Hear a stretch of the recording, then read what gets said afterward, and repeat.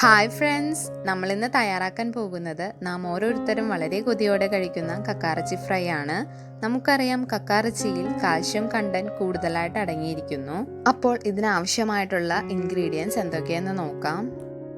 ഞാനിവിടെ 1/2 കിലോ കക്കാറച്ചിയാണ് എടുത്തിരിക്കുന്നത്. ഇതിലെ അഴുക്കൊക്കെ കളഞ്ഞ് നന്നായി 5-6 പ്രാവശ്യം കഴുകിയെടുത്തിരിക്കുന്നതാണ്.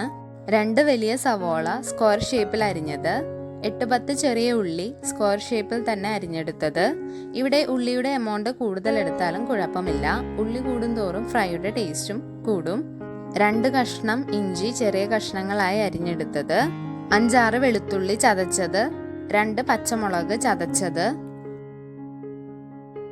ആവശ്യത്തിന് കറിവേപ്പില, തേങ്ങാക്കൊത്ത് ചെറുതായി അരിഞ്ഞത്. കൊത്തിയെടുക്കുമ്പോഴുള്ള കറുത്ത ഭാഗം കളഞ്ഞിട്ടാണ് ഞാൻ എടുത്തിരിക്കുന്നത്. ഇത് പെരുംജീരകം ചതച്ചത്, പിന്നെ കറുകപ്പട്ട, ഗ്രാമ്പു, ഏലക്ക കൂടി ചതച്ചെടുത്തത്, ഇത് സാദാ ജീരകം ചതച്ചത്, മല്ലിപ്പൊടി, എരിവുള്ള മുളകുപൊടി, പിന്നെ മഞ്ഞൾപ്പൊടി, കാശ്മീരി മുളകുപൊടിയും കുരുമുളക് പൊടി. ഇത്രയുമാണ് നമുക്ക് ആവശ്യമായിട്ടുള്ള ഇൻഗ്രീഡിയൻസ്.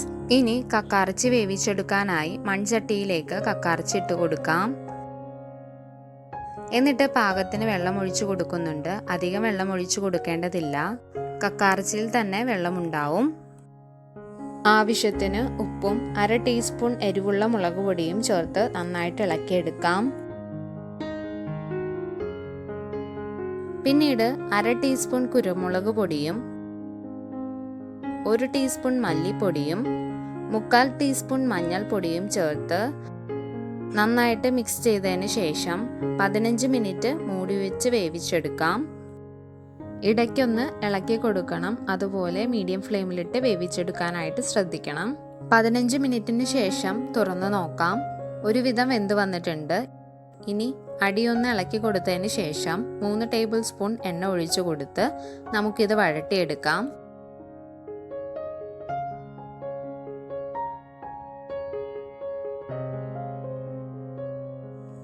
ഇപ്പോൾ ഇതിലുണ്ടായിരുന്ന വെള്ളമൊക്കെ വറ്റിയിട്ട് ചെറുതായിട്ട് വഴണ്ട് വന്നിട്ടുണ്ട്.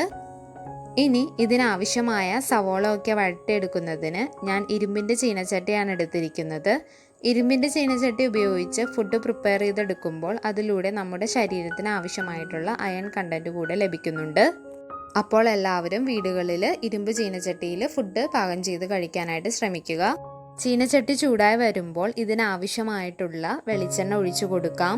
എണ്ണ ചൂടായിട്ടുണ്ട്. ഇനി ഇതിലേക്ക് 1/2 ടീസ്പൂൺ കടുക് ഇട്ട് കൊടുക്കുന്നുണ്ട്. കടുക് പൊട്ടിക്കഴിയുമ്പോൾ ഇഞ്ചി ഇട്ട് കൊടുക്കാം. ഇത് ചൂടായി വരുമ്പോഴേക്കും വെളുത്തുള്ളി കൂടി ചേർത്ത് ഒന്ന് ചൂടാക്കിയെടുക്കാം. ഇത് കഴിഞ്ഞ് ചതച്ച് വെച്ചിരിക്കുന്ന പച്ചമുളകും കൂടെ ചേർത്ത് മിക്സ് ചെയ്ത് കൊടുക്കാം. ഇതൊക്കെ ഒന്ന് മൂത്ത് വരുമ്പോൾ ഉള്ളി ഇട്ട് കൊടുക്കാം. ഇതോടൊപ്പം സവോള കൂടെ ഇട്ട് കൊടുക്കുന്നുണ്ട്.